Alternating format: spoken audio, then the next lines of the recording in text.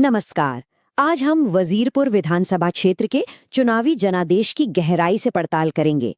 देखिए, इसका मकसद किसी का पक्ष लेना या किसी की आलोचना करना नहीं है।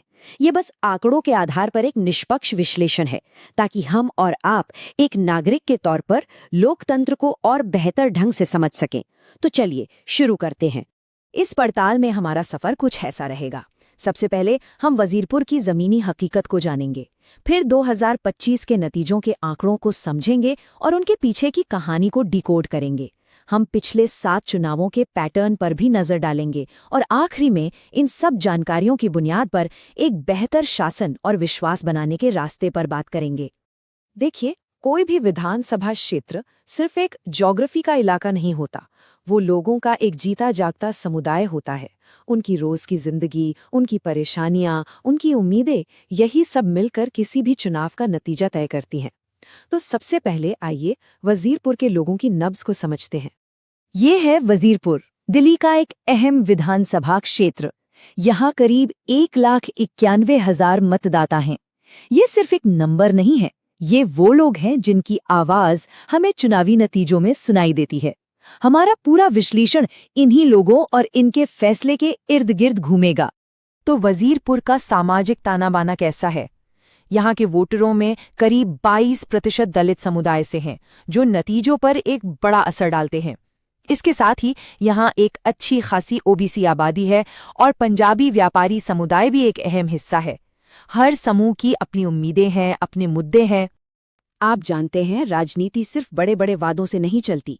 असली राजनीति तो रोजमर्रा की मुश्किलों से तय होती है। वजीरपुर में 3 ऐसी परेशानियां हैं जो लोगों के सब्र का इम्तिहान ले रही हैं।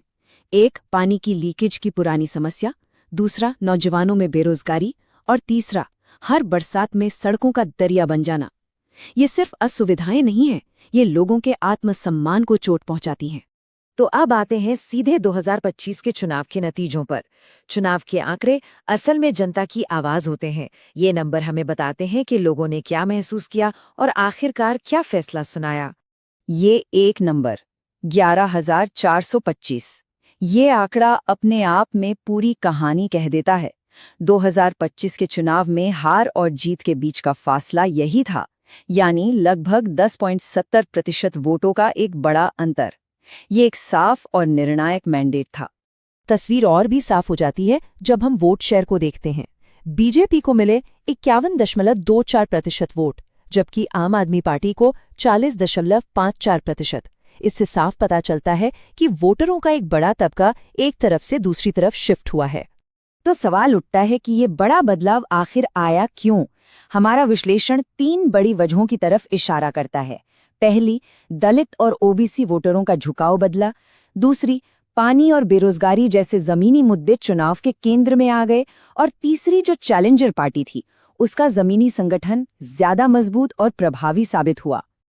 देखिए, कोई भी चुनावी नतीजा सिर्फ एक उम्मीदवार की हार या जीत नहीं होता। ये पूरे सिस्टम के काम करने के तरीके को दिखाता है। इसे समझने के लिए हम चतुर्मुख सिद्धांत का इस्तेमाल करेंगे, जो किसी भी पॉलिटिकल कैंपेन के 4 अलग-अलग पहलुओं का विश्लेषण करता है। ये 4 चेहरे कौन से हैं? पहला, चुनावी चेहरा, यानी उम्मीदवार की अपनी इमेज। दूसरा, संगठनात्मक चेहरा, यानी पार्टी की जमीनी टीम और कार्यकर्ता। तीसरा, नैरेटिव, यानी पार्टी जनता तक कौन सी कहानी और कौन से मुद्दे लेकर जा रही है।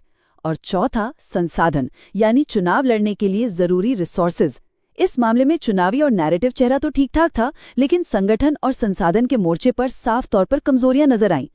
और यहाँ एक बात साफ करना बहुत जरूरी है। हमारा काम किसी व्यक्ति पर उंगली उठाना नहीं, बल्कि सिस्टम को समझना है। क्योंकि जब सिस्टम बेहतर होता है, तभी वो हर नागरिक के सम्मान, उसकी डिग्निटी की हिफाजत कर सकता है, जो हमारे संविधान की भी बुनियाद है। पब्लिक लाइफ में कही गई हर बात की एक जिम्मेदारी होती है। किसी भी जगह के सियासी मिजाज को समझने के लिए सिर्फ एक चुनाव को देखना काफी नहीं है, हमें थोड़ा पीछे जाना होगा।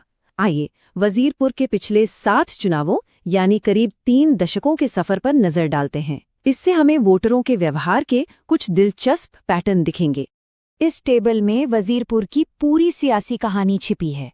आप देखिए, 2013 से पहले एक पारंपरिक लड़ाई थी, फिर आम आदमी पार्टी के आने से पूरा समीकरण ही बदल गया। 2015 में एक जबरदस्त लहर आई और एएपी का वोट शेयर 54% के पार चला गया। लेकिन ये बढ़त धीरे धीरे कम होती गई और 2025 में बीजेपी ने 51% वोट शेयर के साथ एक मजबूत वापसी की। इस सफर में एक चीज पर गौर कीजिए, वोटर टर्नआउट। 2015 में जब उत्साह चरम पर था तो वोटिंग 68% से ज्यादा हुई, लेकिन 2025 में ये गिरकर सिर्फ 55.78% पर आ गई। वोटिंग में इतनी बड़ी गिरावट यह अक्सर वोटरों की निराशा या उदासीनता का एक बड़ा संकेत होती है, और ये किसी भी पार्टी के लिए एक चेतावनी की घंटी है। तो अब तक हमने समस्या को समझा, उसका विश्लेषण किया, लेकिन विश्लेषण का असली मकसद तो भविष्य के लिए एक रास्ता बनाना होता है ना? तो चलिए अब एक ऐसे ब्लूप्रिंट पर बात करते हैं जो एक जवाबदेह शासन की नींव बन सकता है। कोई भी रणनीति बनाने से पहले अपनी ताकत, अपनी कमजोरी, मौकों और खतरों को समझना जरूरी होता है। यहाँ एक तरफ पार्टी की ताकत उसका कैडर नेटवर्क है, तो दूसरी तरफ संगठन के अंदर का तनाव एक बड़ी कमजोरी है। मौका सरकार के खिलाफ माहौल में छिपा है, तो वहीं दलित वोटों का बिखरना एक बड़ा खतरा है। ये 90 दिन का प्लान सिर्फ चुनाव जीतने की मशीन नहीं, बल्कि सेवा के जरिए लोगों से दोबारा जुड़ने का एक रोड मैप है। पहले 30 दिन सिर्फ और सिर्फ लोगों को सुनने और प्लान बनाने के लिए, अगले 30 दिन सही संदेश के साथ लोगों को जोड़ने के लिए, और आखिरी 30 दिनों में अपनी पूरी ताकत जमीन पर झोंक देने के लिए। और इस ब्लूप्रिंट का सीधा कनेक्शन उन मुद्दों से है जिनकी बात हमने शुरू में की थी।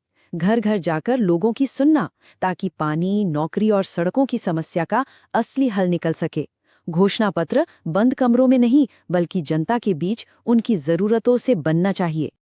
आज के जमाने में डेटा एक बहुत बड़ी ताकत है, लेकिन डेटा विद डिग्निटी का मतलब है कि लोगों की जानकारी का इस्तेमाल वोट बैंक की तरह नहीं, बल्कि उनकी जिंदगी बेहतर बनाने की सेवा के लिए किया जाए। और ये हमेशा उनकी सहमति से और उनकी प्राइवेसी का पूरा सम्मान करते हुए होना चाहिए, जैसा कि हमारे देश का कानून भी कहता है। और अब हम आते हैं सबसे जरूरी हिस्से पर। असली चुनौती अगला चुनाव जीतना नहीं है। असली चुनौती है एक ऐसा सिस्टम बनाना जिसमें लोगों की भागीदारी लगातार बनी रहे। विश्वास दोबारा बनाने का रास्ता यहीं से होकर गुजरता है। इसके लिए 2 ठोस कदम सुझाए गए हैं। पहला, हर हफ्ते जनता दरबार लगाना, जहां नेता और जनता के बीच कोई दीवार न हो। दूसरा, एक नागरिक सलाहकार परिषद बनाना, जिसमें आम लोग शामिल हों और फैसलों में उनकी आवाज को जगह मिले। इससे एक भरोसे का रिश्ता बनता है। और अंत में एक बुनियादी सवाल है जो हर किसी को सोचना चाहिए। राजनीति का असली मकसद क्या सिर्फ अगला चुनाव जीतना है, या फिर आने वाली पीढ़ी के लिए उस इलाके को एक बेहतर जगह बनाना है? यदि आप एक जन केंद्रित नेता बनना चाहते हैं और अपने निर्वाचन क्षेत्र का उत्थान करना चाहते हैं, तो blueprintstrategies.ai से mgr@blueprintstrategies.ai पर संपर्क करें या 080 402 416 02 पर कॉल करें। राजनीति से परे उद्देश्य।